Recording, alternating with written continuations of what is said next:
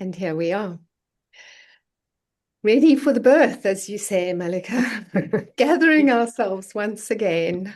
In fact, Robin, maybe I should sound us in before we speak any more words. What do you say? Let me start with the centering as we had planned, Okay, and then into the sounding. I think okay, that will be good.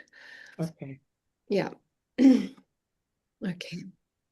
So the way that we begin our Soul Babies webinars is always with the centering, which will suit me certainly very well today.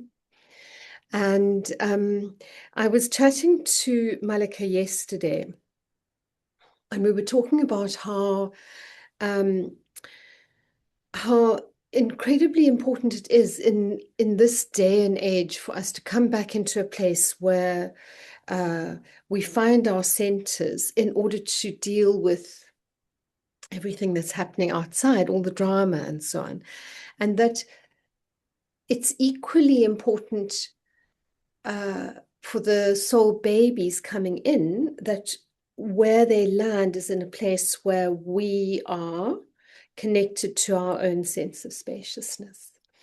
So if everybody can just take a moment to breathe deeply into their bellies.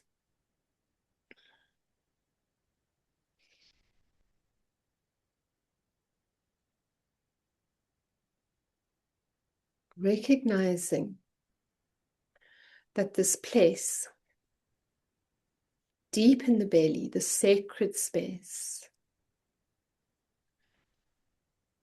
that is like the inner temple and a space of soul landing, this womb space, the hara or tantien,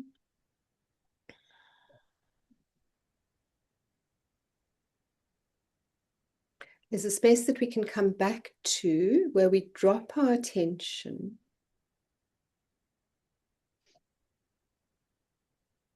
so that the breathing that we follow becomes slow, even, deep.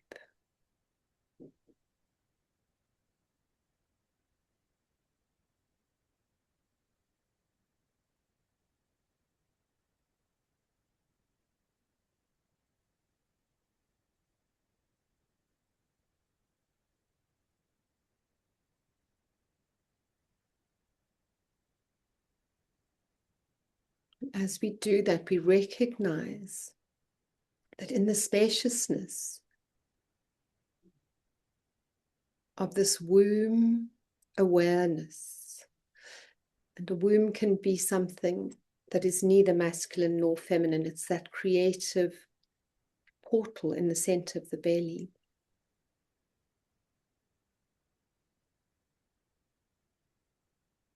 We hold the capacity to draw light in from a broad and vast universal consciousness and then allow it to sink deep down into the earth.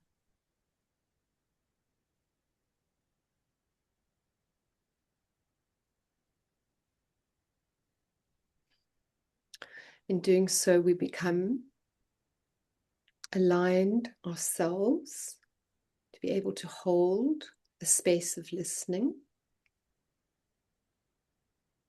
a space of deep awareness, a space where we can tap into the wisdom of the soul babies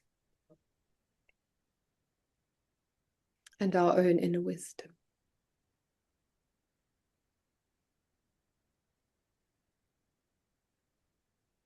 Space of resonance with the earth herself.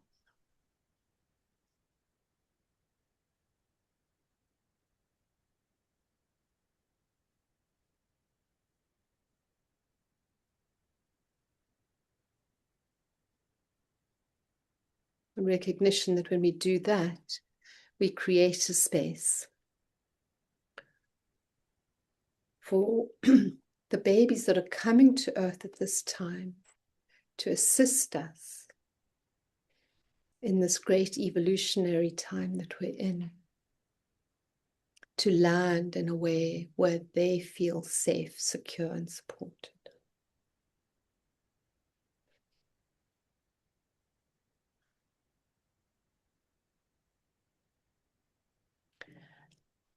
Now I'm going to invite Malika to sound us into this space, to land deeper and more fully.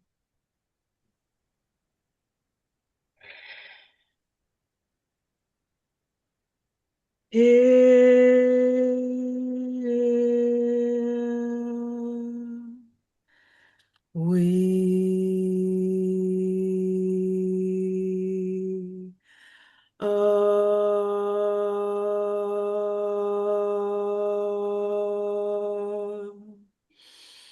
here we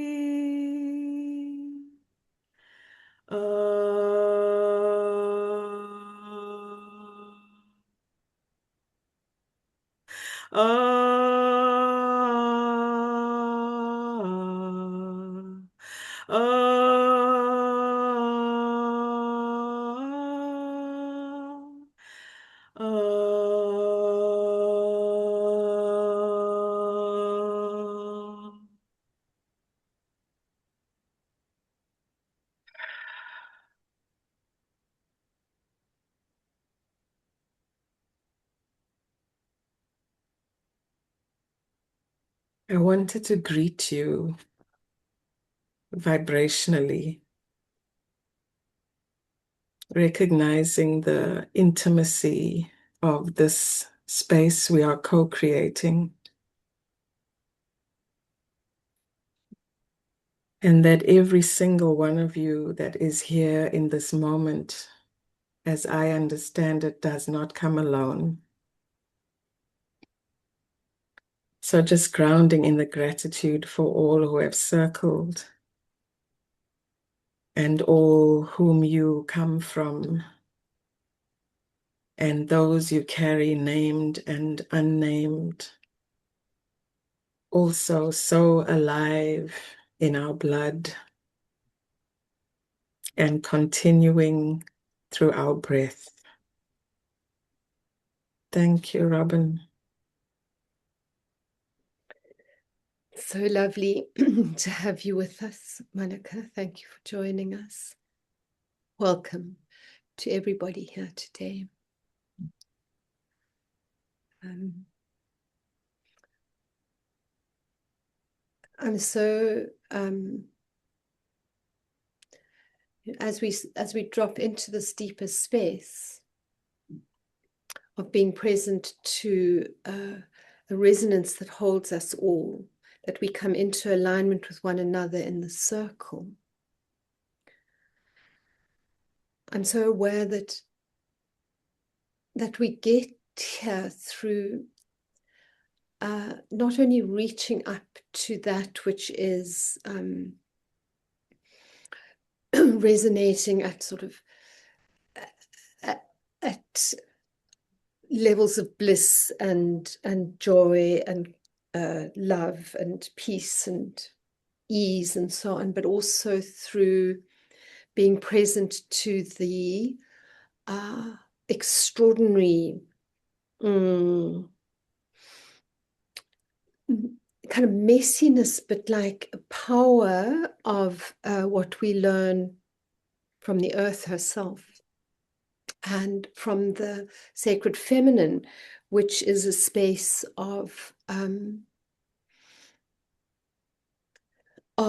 really being in touch with our emotions and our relationships with one another, with the earth, and most particularly as well with those beings that we bring in as women. And you know, that we're speaking here today, or this webinar is always about soul babies and so on. And that Malika has come to her place of wisdom in this world through a journey that she took with her child. Well, I don't know that we can even call her a child, Malika, because she's just this wise being um, who was, would you like to tell us the story of Imam Bungiwe? Yeah. I think if I let you tell the story, because I think what's wonderful about it, Malika, is not just that you went on this journey of a still birth and how the grief kind of changed who you were fundamentally in the world, but also that it became something that is so obvious to me, was something that you decided you were coming to earth, that this was your sole purpose on earth. You were going to kind of become this teacher on earth through this particular way of engaging in the world and through the work that you and your daughter have done together. And so I'm going to let you tell the story and then perhaps read a poem about it as well. And then what I would love to do is open it up to the group so that we can take questions and have a conversation, actually, because these webinars are really about engaging with the whole circle, being part of creating this time that we spend together. Thank you.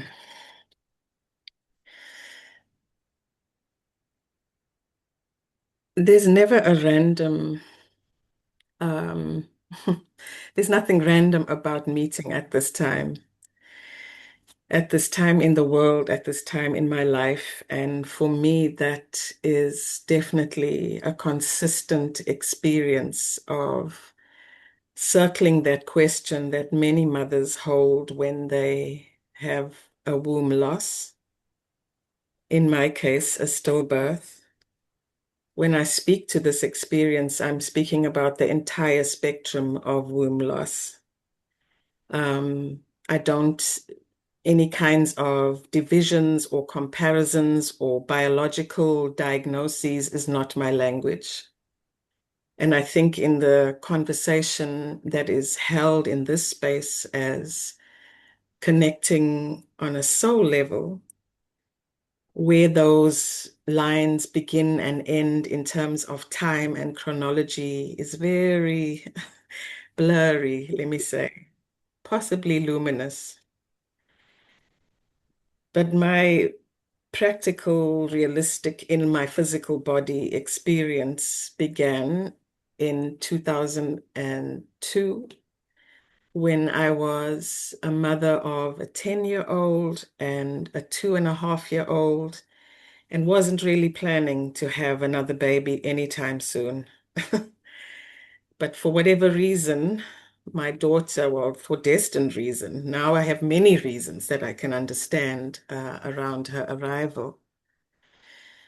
Um, she arrived and was stillborn at 32 weeks, which is pretty much 7 months, on the 3rd of January 2003, around 3:25 a.m. And there's so much about simply speaking the story again that my entire body begins to reverberate with. And it's never the same.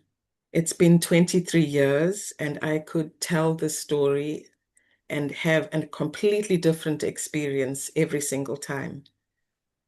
Sometimes I trust that's because what comes out of my mouth is actually not, no, most times, I trust that what comes out of my mouth is really not only my own voice, but I am naming my daughter as we speak. Her name is Iman, faith, and Bongiwe, gratitude.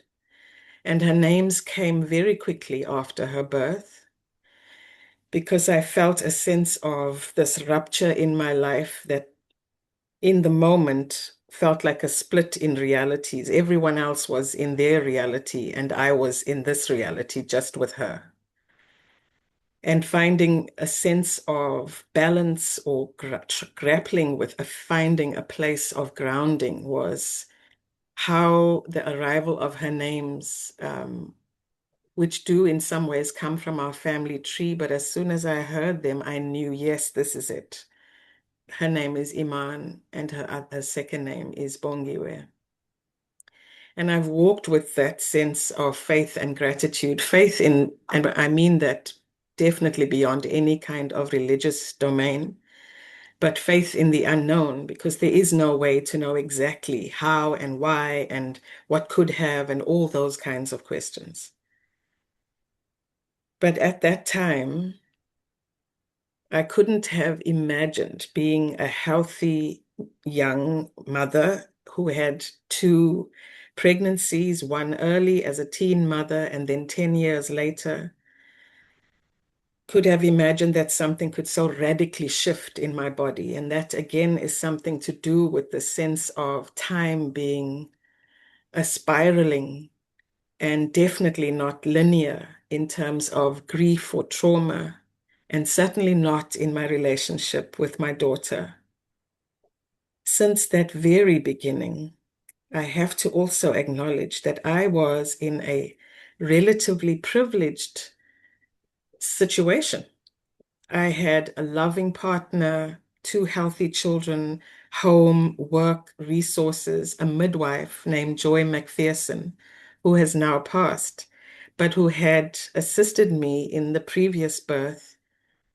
And when she realized that there were complications with this birth, committed to the process all the way through the pregnancy and through Iman Bongiwe's arrival, and much care after that. That was really about her, a level of holding that I don't think many mothers have. So I never take it for granted that my story is somehow exemplary of many other mothers' experiences. Yes, there's common ground. Yes, we can speak into a space that those who have been there really know.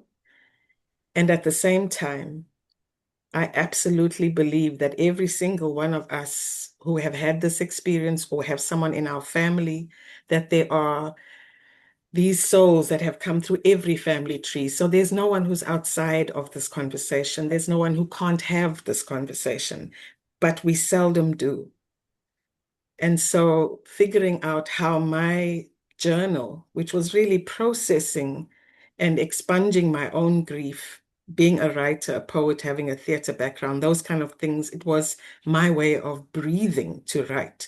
Not because I thought it would ever reach the rest of the world, not because I thought I had anything to teach anybody, but mostly just to release my own grief and to document like you would if a child was born well and lived longer. You'd take photographs, and my photographs were in words. I was trying to hold on to every detail before it was all a blur. That it sometimes is even accelerated for other parents where babies are removed without naming, where mothers are not asked what, what, giving her choice or agency around what happens next. And sometimes they're not conscious enough, or they have drugs in their system and therefore aren't able to engage. So it's a very, I'm just honoring the uniqueness of your own experience, if this has been your experience of womb loss, and also acknowledging those that we know who we have journeyed with in this way. And I also had an abundance of sisterhood, many women who I already had regular ritual practice of coming together, supporting each other through various life-changing thresholds. And so this earthquake in my life was the first place, other than my immediate family, was my sisterhood. And I began dawn rituals because she was born at 3:35, which was the dawn at that time, just before. These rituals of going to the ocean, which again is an affinity or a holding in the bigger womb of our home, where I have always found healing and sanctuary, which is also part of my practice as an applied artist, is this relationship with the tides, with the moon, with understanding that when it's too big for me, I have to allow myself to let this grief move through me and allow the tides to come and not have expectations of when it should be done. Because I could have gone 6 years down the line, 10 years down the line, now unbelievably 23 years, if you're talking about linear time, Mm.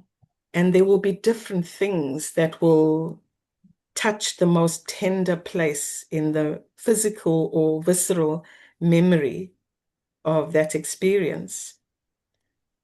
And more as time has passed, and I've been on my healing journey and had incredible encounters through turning that journal into a gift for other people, that began more conversations and a sense of, oh, if I've ever asked, why did this happen to me? It was definitely about the kind of work that then followed, Mm. places I could never have been in other than having had this experience. And also growing an increased sense of how my daughter's presence, not only through her naming and us not silencing the experience, had actually offered others permission or encouragement to speak their children's names, to give them names even 15 years later or 20 years later. Sometimes a father finding words for his adult daughter who'd had a stillbirth, that led us into conversations about how men in relationship with a father, brother, sibling, were all grappling with finding words. And it's not that words are the answer to everything. I was just leading to the sense of how my experience of this journey is a continuous spiraling and a growing understanding of how her presence is not only a story I have told to comfort myself, but I have literally witnessed life paths crossing and encounters with people that I know without this experience I would never have had. And also a sense of finding what makes sense for me deeply, not in my head, in my whole body, as to why she did not stay, why it was this period of time for me, not finite, definitive answers, but I'm literally here because of her. I met Robin years ago because of her and because of deciding or choosing that, or listening to her and choosing to amplify what I understood was her speaking back, essentially. That this is that she did not come to bring me sorrow. That is not why she came. Mm. And it took me very long, the first 6 years, to figure that out. 6 years after a book, Invisible Earthquake, A Woman's Journey Through Stillbirth, was just an offering of of extracts from that journal, which then began another depth and breadth of the journey that I could not have foreseen. And I think about this as how she moves in the world, how it is that in 2026, I could be called back to be with you and to connect with people all over the world, to say her name once again, to speak into places that are too often silenced and invisibilized, and to listen for how that resonance connects us. That it's not, as Robin was saying, not only around exclusively women's experience, but entire webs of family, of community, and what it is to be human, that Iman Bongiwe's teaching, she is a teacher for me, has continued to reveal. And I know that will happen for the rest of my life. And there's life before her, and there's a version of me after her. That's also an extraordinary um, learning over time, is how quickly the brain adapts to the story. That I could meet anyone and immediately there'd be this recalibration. Was that before or after? So just acknowledging how profoundly rapturous that moment or that part or chapter in my life was, that recalibrated me to a point that I'm here and that there's a book in the world doing its own work, and that I answer when the call comes. And it's not what I do all the time, but when it comes, it feels like it's right on time to revisit that experience. So I wanted to share just I guess in terms of time, maybe it's better for us to get closer to a conversation with each other. Um, but the book Invisible Earthquake is divided into the 3 years that were from 2003, that literally that moment of being told home to go home and take a tablet that would catalyze the contractions on a New Year's Day, because I felt my daughter wasn't moving since the 28th of December 2002, but couldn't bear to even speak that into the world. And it took me 2 or 3 days to call the midwife and say, I think I'm not okay. And for her to then say, come over and we'll do a sonar or listen for her heartbeat, which was not there anymore on a New Year's Eve. And so on New Year's Day, I began um, another cycle of the journey, I guess, because the pregnancy in itself was a journey. So the book covers those 3 years. I'll read a short extract from each year. 1st of January, 1505. I've just taken the tablet to catalyze contractions that will deliver you out of your nest, my womb. I sit with a lit candle in the garden, listening to a baby crying next door, wind blowing through the trees, a plane flying over above, high above.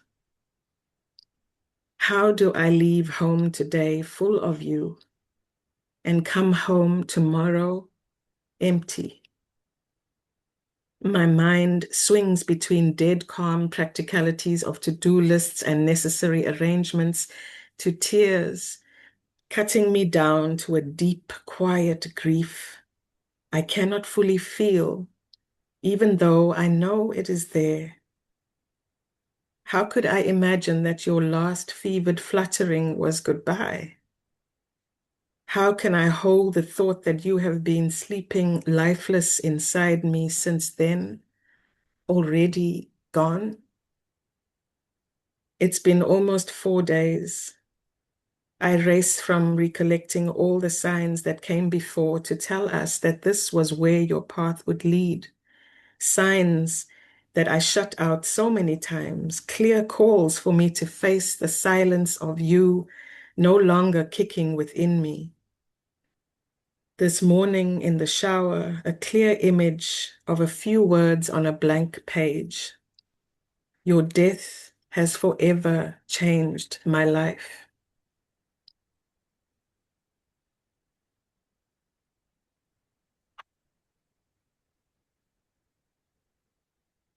20th of March, 2005. This is where the road separates. Those who have been there and those who have not. Those who know drown in fresh air, in company, in shopping malls and parking lots, in circles of sympathizers, in the morning, at any given moment, in the middle of the night. Despite all the love of those around me, I drown in the silence, rain cloud hanging heavy above the traffic of my thoughts, around my still pounding heart. I drown in the silence permeating my womb. 9th of December 2006. When you finally and suddenly left my womb, my trembling arms, my yearning gaze, I began unconsciously wrapping myself in a second skin, spinning an invisible crystal thread around myself. I began to adapt to a new way of living, slowing down my movement, my breathing, wanting some days to die, some nights suspended in a pool of my own tears, affirming I was still alive. Your dying changed every detail of my living. I could not recognize the eyes in my mirror, feel the familiarity of my body as it once was. Only an aching awkwardness, an amputation that still had to register. Even my skin felt too thin.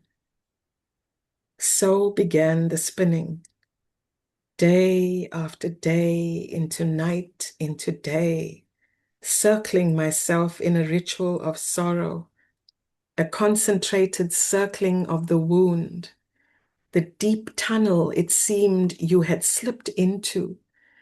I was determined to follow and find you. Sometimes my chest grew too heavy. I inhaled smoke instead of air, a secret torture, a silent ritual of remembrance, expressing my burning, holding myself in the moment, not wanting time to move me forward or memory to take me back. Only the manageable size of each moment, each breath was as far as I wanted to step. Soon, almost 1,000 days would have passed. My spinning long since come to an end.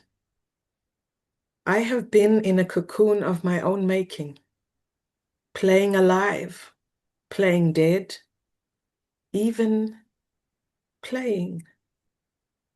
Somewhere in this shadow pocket, I have reawakened to my stillness, to my aloneness, to yours, to a gentle recognition of my separateness from all this weeping. I have found ways to allow and suppress my tears, words to explain why I do. Perhaps only discovering parts of myself I never knew before you. As this third year closes, I sense a fundamental shift, a crack in my shell where the light has begun streaming in, warming my new skin. In my heart, I am standing on a cliff, waiting for the wind to carry me. I will not leap or dive. I will not resist when the moment of flight arrives. In all this waiting and wishing, raging and aching, accepting and denying, I have developed a comfort in the dark, a hunger for the dawn. In my bones, I know I have grown wings. Here I begin. Here I begin.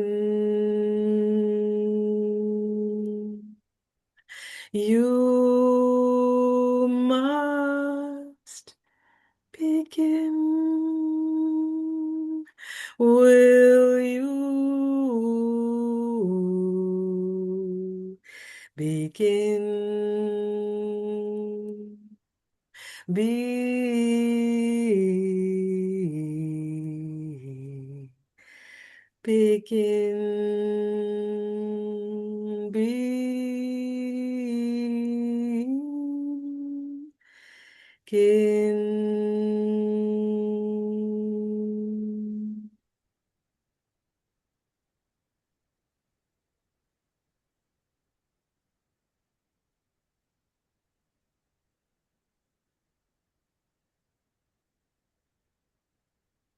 Thank you for your deep listening. Thank you, Malika.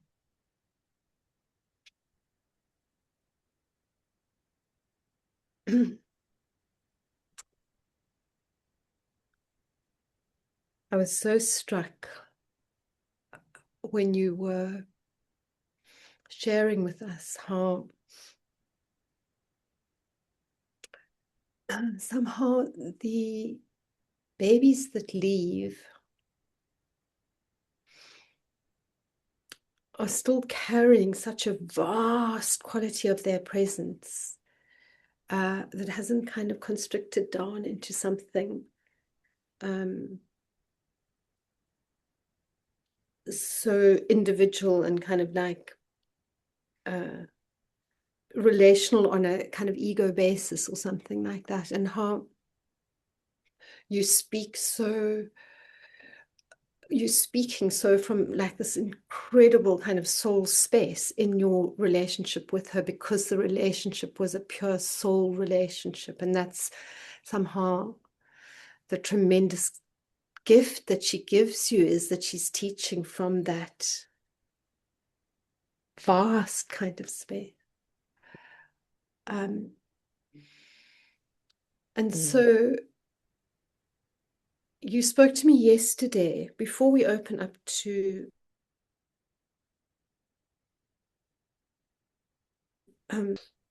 how grief became for you something.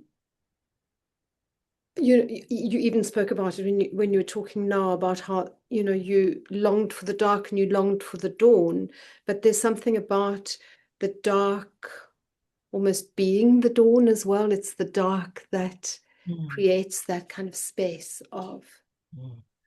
uh, pure presence, that is why you at least have come Mm. to earth to experience that. And I wonder if you can just talk a little bit about what this has been for you from the perspective of your soul as well. I mean, you are speaking it when you, of course, when you're talking through your Yeah, poetry and so on. thank you. Robin, I'm going to circle back to the first thing you said because, again, I feel it so much in my body. And that is that my most difficult part of this experience was the physicality of it, which obviously doesn't, the raw physicality of it and the trauma to the body of wanting to breastfeed a baby that's not there, or having a womb that's still closing, etc., bearing a placenta, the rituals, all of that felt like the most difficult part. And there's no measure of how much time it took to get to a place where I felt a little more of what I also felt right in the beginning, because it's about the conception. From the moment that supposedly unplanned arrival of my daughter in my womb happened, I knew I was being initiated into yet another journey. I've spoken to my sons. I tell them I have three, one who was born after her. And I always say each of them were a revolution. They were my teachers. They still are great gurus, that parenting is school. I am still in school for the rest of my life. And that our relationships continue in so many ways, at so many levels, where it isn't a linear thing of I'm the elder who knows and they are the younger, etc. So similarly, my sense of Iman or any of my children's timelessness and also beyond gender.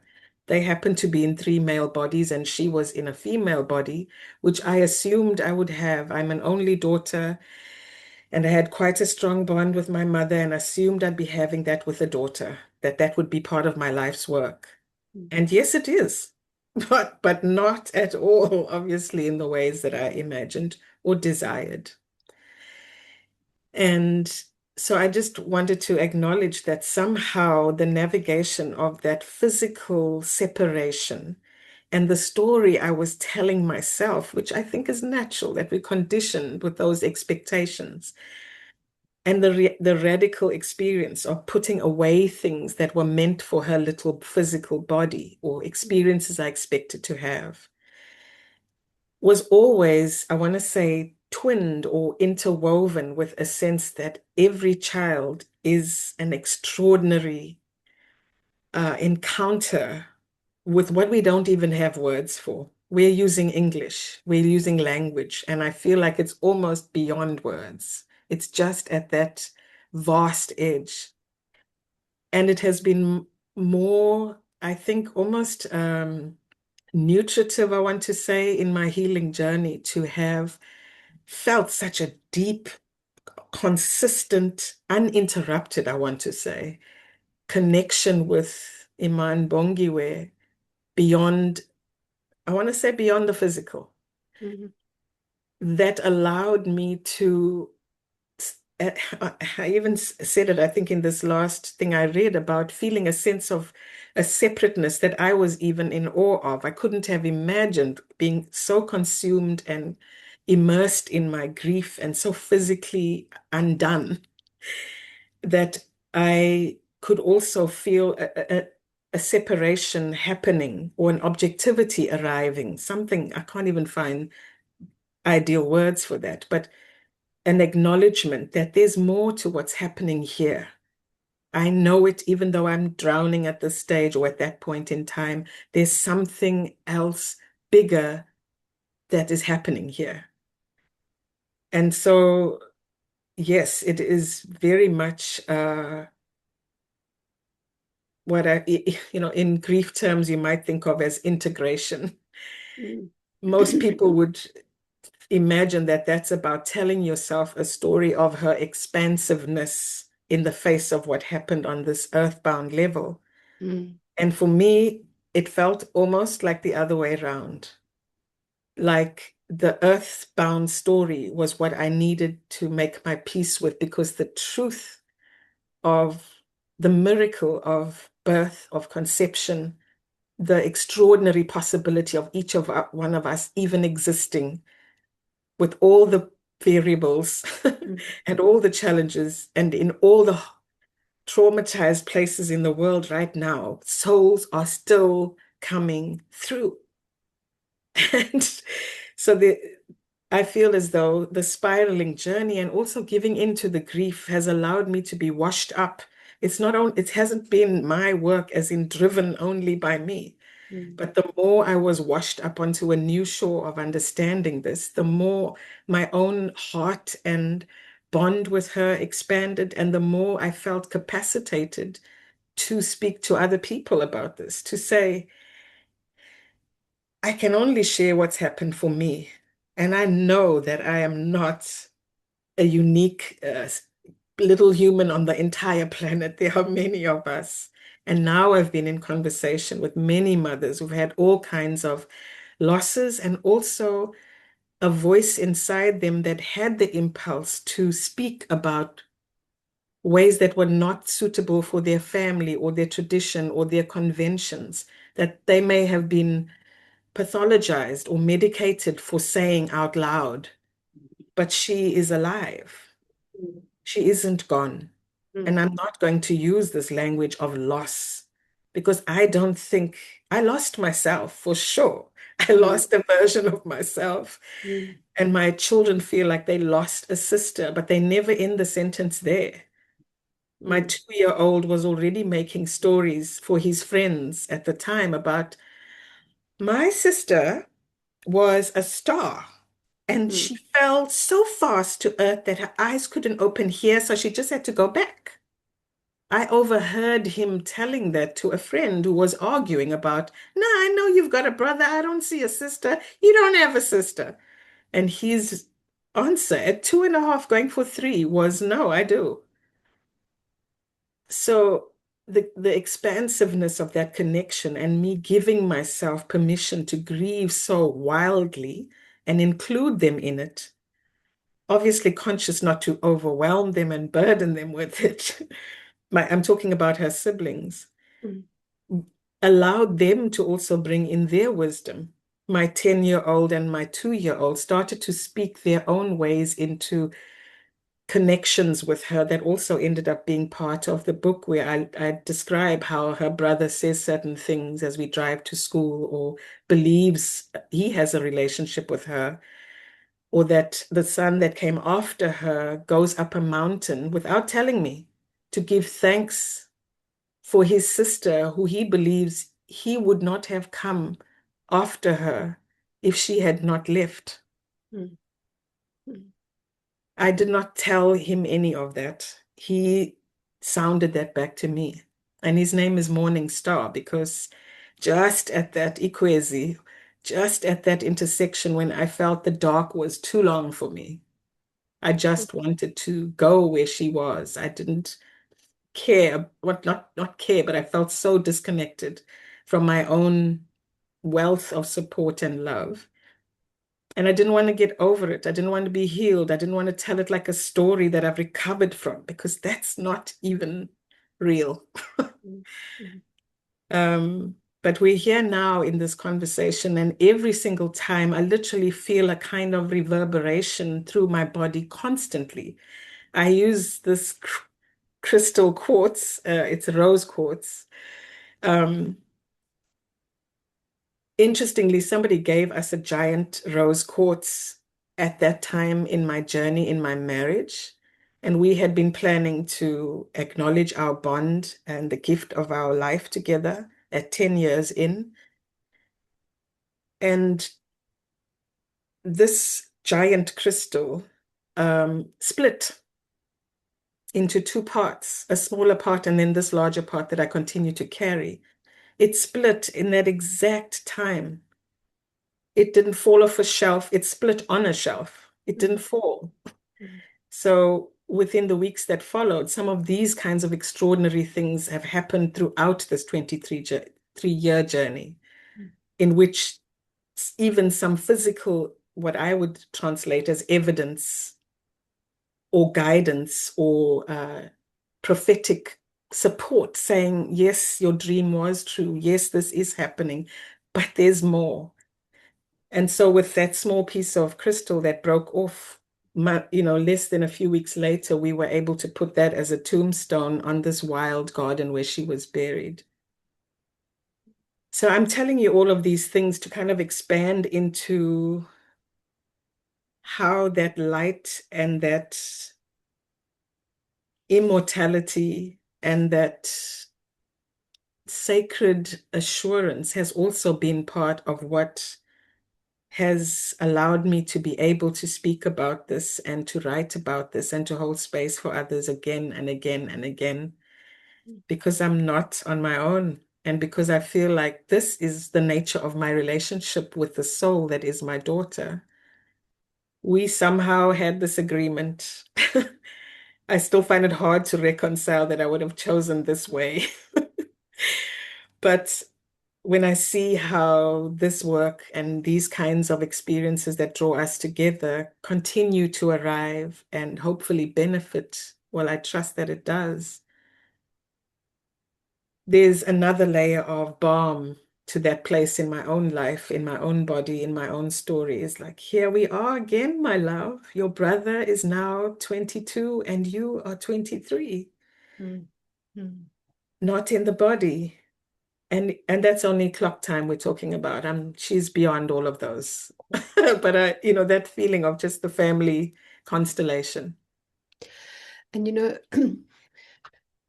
I just think that that kind of sense that you have of talking about the courts and the physicality and it's almost like that kind of recognition that the external world is only ever a mirror of all those things that are happening on a soul level and what's happening inside of ourselves and so on.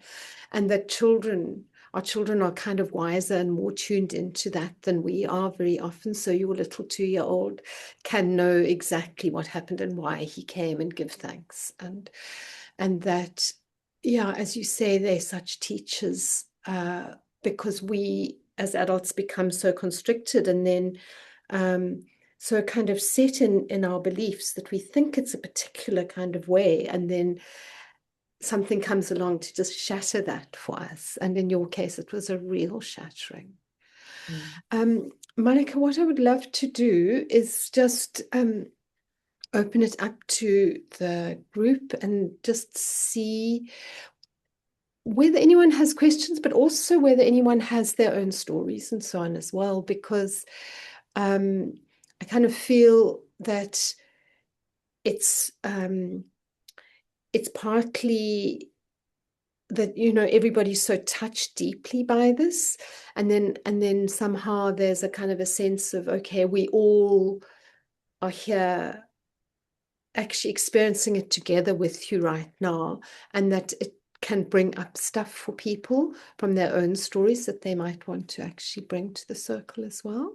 So I think if you can raise your kind of avatar hand, that icon hand, because or otherwise I'm not sure how I will see who's. Let me just put it on gallery so that I can see. Okay, most people have their screens off, but who would like to join the conversation? Just open it up. And it would be wonderful to see your face, only if it feels comfortable, obviously.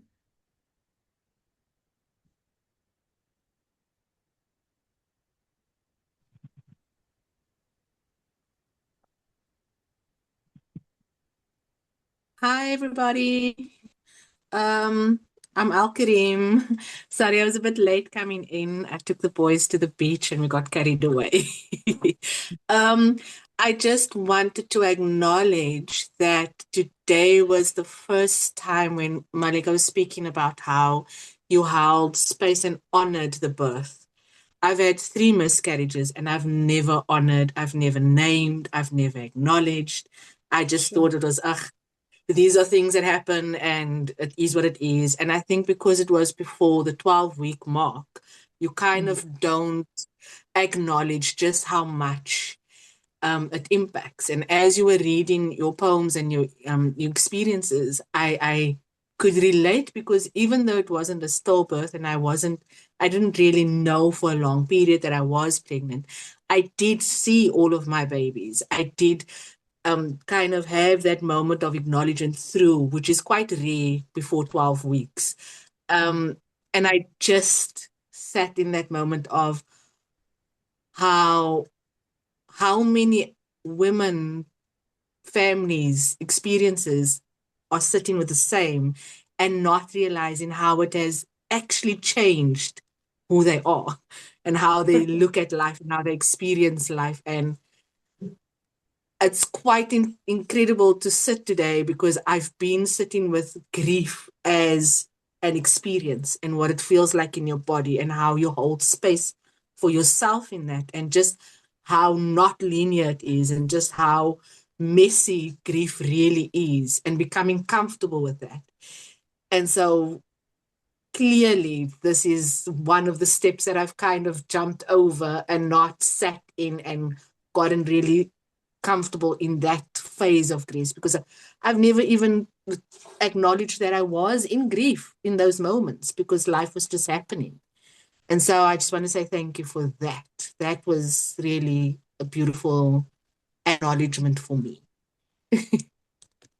Thank you so much, Al-Karim. Thank you. You are touching on so many really potent threads. They reverberate into many conversations that I've had with many women, but also families, where the silence that we wrap ourselves in also closes off the permission for anyone around you to speak to it. And it's considered an act of care to do that. But sometimes it's actually a relief or a gift when somebody names the experience. And I won't speak for too long, but the other thing was um, just that, we talk about phrases like dehumanization and being removed from us, be desensitized.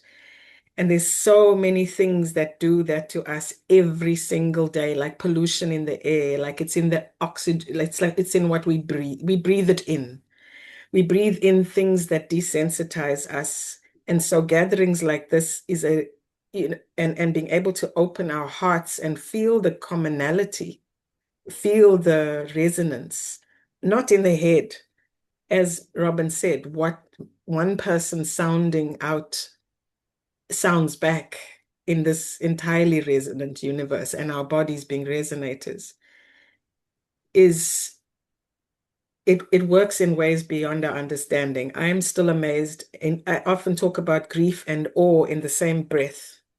because I'm in awe of how this attention to grief has generated so much, has been so regenerative, how much light has come from going into the dark.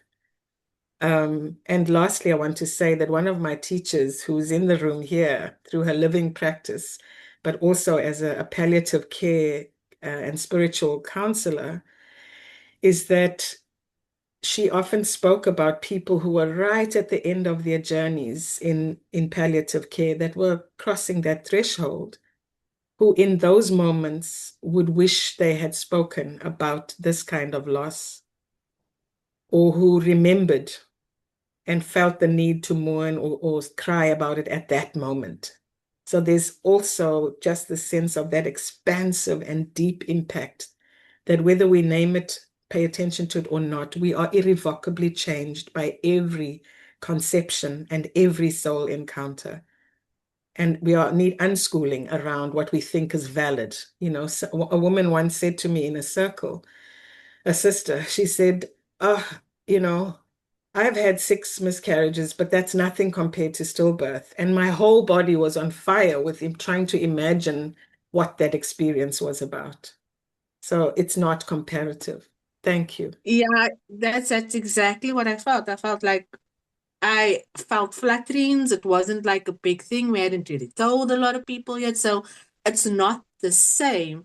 But hearing you speak of it and just allowing my body to experience it, it's actually, I'm actually sad, like deeply sad by the loss, by the experience, by not honoring the moment. And that is what I'm grateful for, that I've gotten back. And I can sit in that honor, and I can sit in that and really hold space for them and for myself in this experience. So that's the last bit was definitely spot on. Thank you. Thank you. Yeah. The relationship continues. Yes.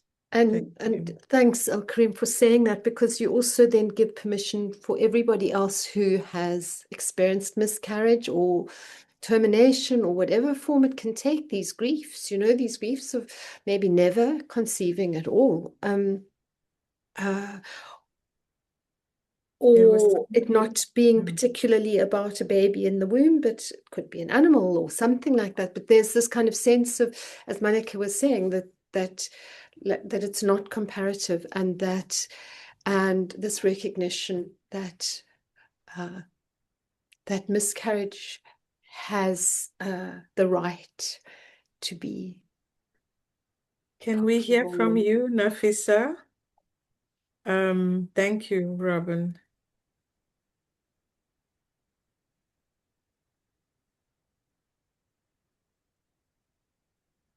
Are you there, Nafisa? I see you, but maybe your mic is off.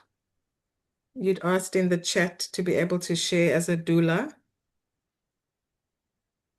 And while you connect, I also want to say there are the voices of a social worker and a midwife in the book Invisible Earthquake, because being with them, having their voices speak to this alongside mine and my daughter's was really important. So, okay, Nafisa, and then We can go to Yeshvika.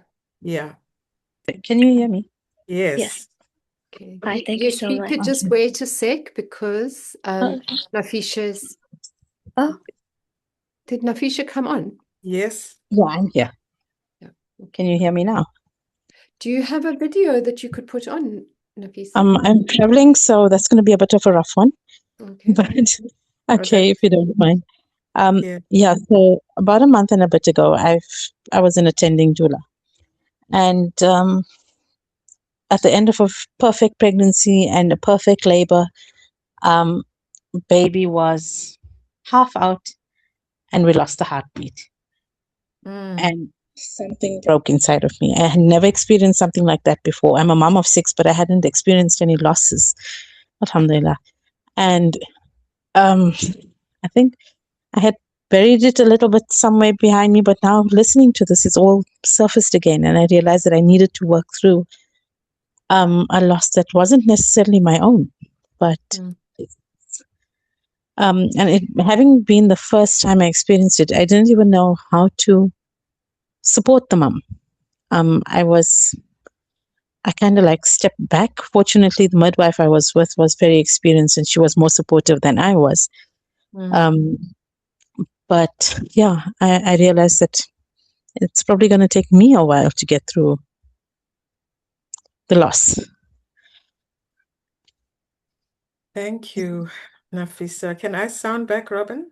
Yeah, please do. I wanted to say that one of the other dimensions of this work that has, or in, holding space for these kinds of conversations that has happened, has been to recognize as I listen to other people's stories, but also, just how much hearing two words, something like obstetric and violence in the same sentence was such a shocking thing for me. I'm sorry that I'm kind of compounding it with what you said, but I feel like two things came up. One was about the experience of the caregiver being traumatized by this experience. And in many ways, there isn't enough conversation around how that lands for you, or opportunity to debrief, or to have your experience validated or recognized as being impacted, that you have a right to feel the sadness, your sorrow around it, and the traumatic impact of that you also have your own healing to attend to in that process, and it has its place. It's the depth of your care. And one of the other pieces of work was working with maternal health care workers in the space between maternal and mental health, because some of them had experienced so many traumatic deliveries in a public health setting, for example, or had their own losses that they hadn't acknowledged and processed. And obviously, being part of the delivery of another child in that way kept triggering is not my word, but you know what I mean, basically resonating for them. And so the impact of this is not, again, it's a bit like what we were just saying earlier with El Karim, that the stories we tell tend to narrow down who's impacted by this experience. And actually, there's almost no one who isn't, no one who knows. And even those who know and don't speak, there's this reverberation of that soul's arrival and the circumstance of their birth. So thank you so much for sharing that and acknowledging that need for your own healing. You're welcome. Thank you. Yashvika. Hi, thank you so much. I just want to say, and to everyone that shared as well, thank you for just sharing, and because it speaks to the point around permission. I'm not really sure what exactly will come out and what I want to say, because I've just been holding a lot of fear to speak up on what I've been experiencing. Again, because of Malika, you touched on it, but you just sound crazy and being medicated, and well, you need to get on med. And I've had like an horrific experience of that, like, being, I mean, I did give my power away in that situation as well, but being told to go to like a psychiatric ward and being in there where what was actually happening is that I just feel my son, I hear him, and I know it's just embodied wisdom that I had a miscarriage. There's no, I'm going to be completely honest, like data in the sense of that we've checked and that but and I mean, that's not, I don't want to share like all of it in terms of the happening and why that it had happened. Again, I don't think it's so much to do with shame as it is to do with a little bit of privacy. Like I've owned my story. I'm a sexual abuse survivor. That's not, I've grieved, and grief is in cycles. But it's more around, also coming to terms with having unprotected sex, or maybe not being so informed so much as to, okay, well then, getting pregnant is quite a possibility that could have happened, given the fact that I wasn't. But it's not even that. Like, I feel like even when I speak, I have to find justification because, again, of that, the traumatic experience was more so just not being believed or feeling like there weren't any of these type of spaces, which I'm so grateful for now, you know, because I feel less scared, still scared, but I know I'm proud of myself for having just said this, you know, out loud, and my son is proud too. I can feel that, and that just saying that makes me actually really happy, you know, because it's nothing about this is crazy, you know, or silly, or it's just part of the journey and experience. Thank you so much for sharing. Thank you. And we are not meant to be doing this on our own. We are never actually on our own.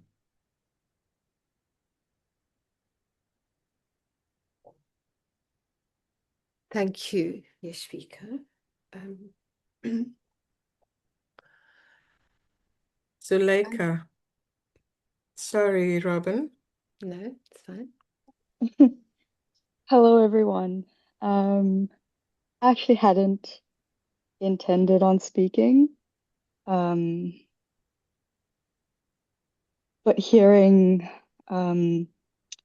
Yashvika, it resonated with me in terms of thinking through intergenerational trauma and silences, and the silencing, the things we're not supposed to speak about or allowed to speak about, and when we do, then we become the crazy woman or the wild woman, the one that can't be controlled anymore.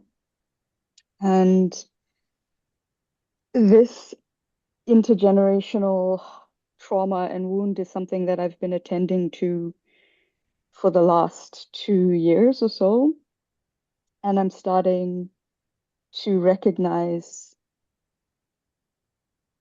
things that I also stayed silent about. So I know that my grandmother on my mother's side, her first child was stillborn, but no one really talks about it.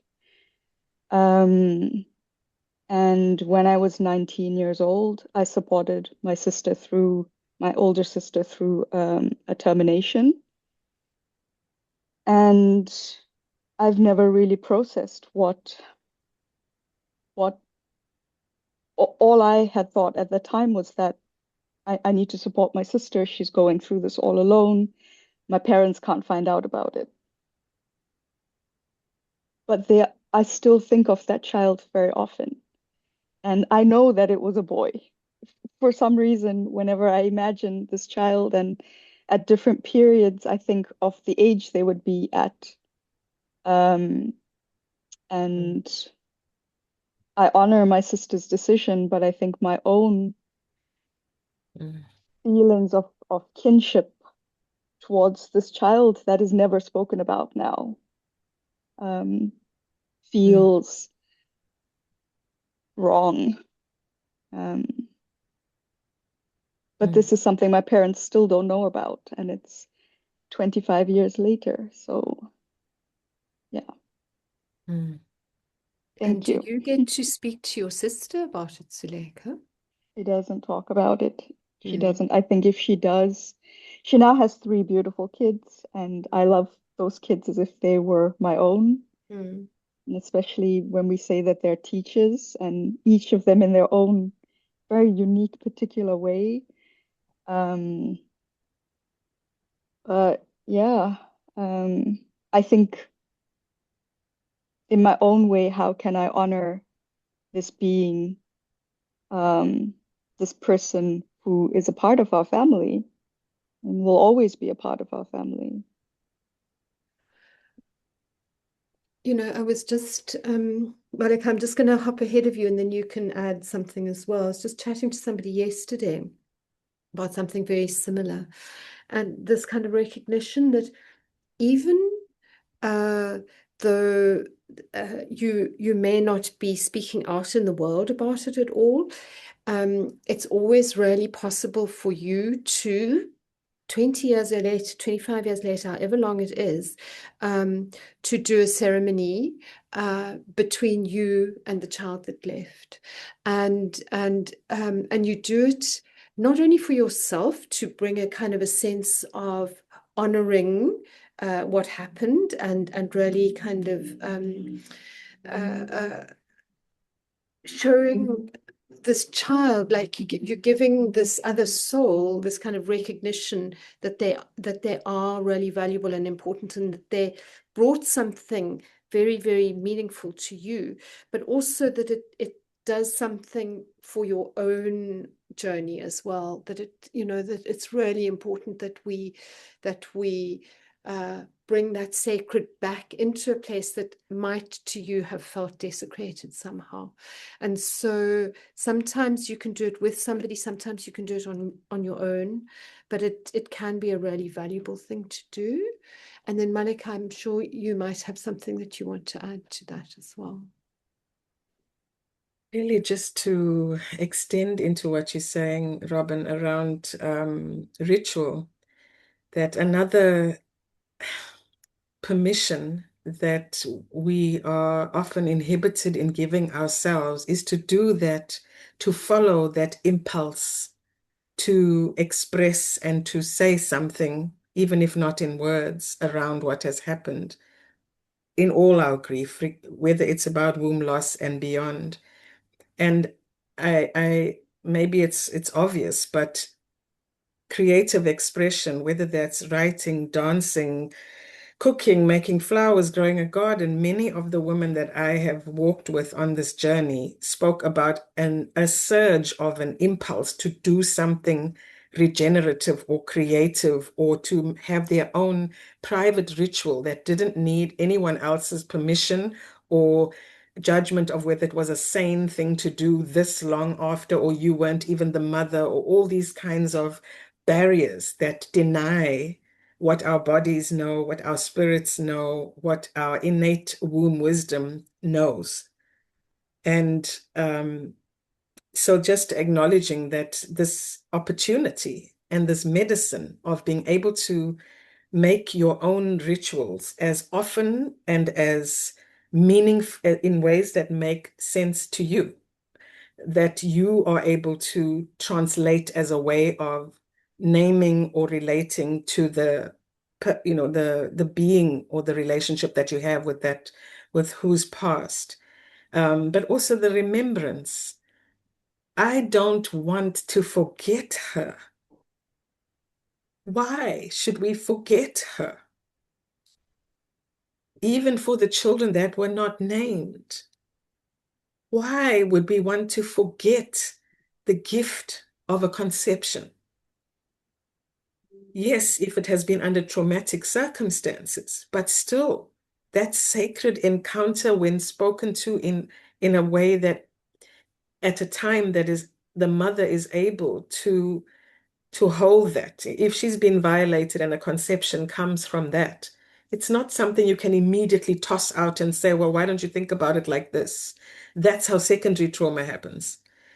But just for us being able, who are capacitated at whatever point in your journey, to think of this as this remembering. I often split the word remember because I think about the shattering of such experiences, and that it's a kind of mosaic that is, or kintsukuroi, which is bringing together a new form that will never be the same, but that is an invocation of a new wholeness, another way of being with this loss, not getting over it, not denying it, not erasing it, not,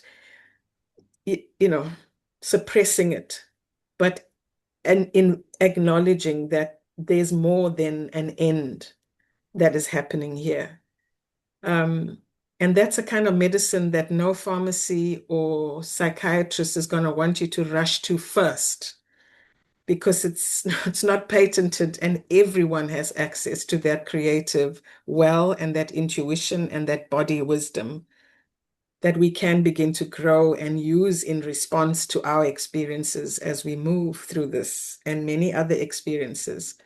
The last thing I wanted to say is just about the lineage of losses. I did mention someone at the end of their life, thinking back about a termination or a loss earlier in their life. But it's natural that if we've not turned to acknowledge one particular loss, how does that serve the rest of your griefs, tended or untended to? And how does that compound over time? What does that serve? It's really just putting the question out there. From my experience, so much has grown. There is a level of abundance and learning and soul expansion and community beyond even conventional ideas of what that means, where I feel if I went anywhere in the world, I could have this conversation because we are all connected at that level. And we have all got these stories in our family trees, and we all have challenges in getting to the speaking or the expressing. They are myriad. And yet here we are today, 20 something of us, and maybe later more. And there have been over 23 years, many circles, individual encounters, and larger groups. And it feels as though we're expanding that space for those who are in that experience right now, as we are speaking. This is what is happening right now. And the statistics can be quite scary around where in the world and why. But that's not a lens to look at when we think about how these conversations my grandmother could not have had. There was no support for her to have this kind of conversation about her womb losses. And my mother possibly less, but I have more and you have more. And together we are making more space, breathing space, self-reclamation space, healing space, and a re-languaging around what else is happening here beyond a medical or clinical diagnosis of what so-called went wrong. Even saying that it's a failed pregnancy has got so many charges that have affected women who experience fertility challenges or all kinds of complexities around what they were doing while they were pregnant, etc. So our language, I feel, also is a really powerful way in which we are changing this and listening to each other a bit better as we listen to ourselves, because that's the first place to start, is what are you hearing showing up for you on the inside? And is there a place that can be safely spoken into? Thank you, Robin, for creating this space in which we can have these conversations. Thank you for joining us, and thank you to everybody who came. Thanks so much, Malika. Lovely to see you, and it was very rich, all your sharing. It was a real blessing to have you here. Thank you. I'm going to stop the recording.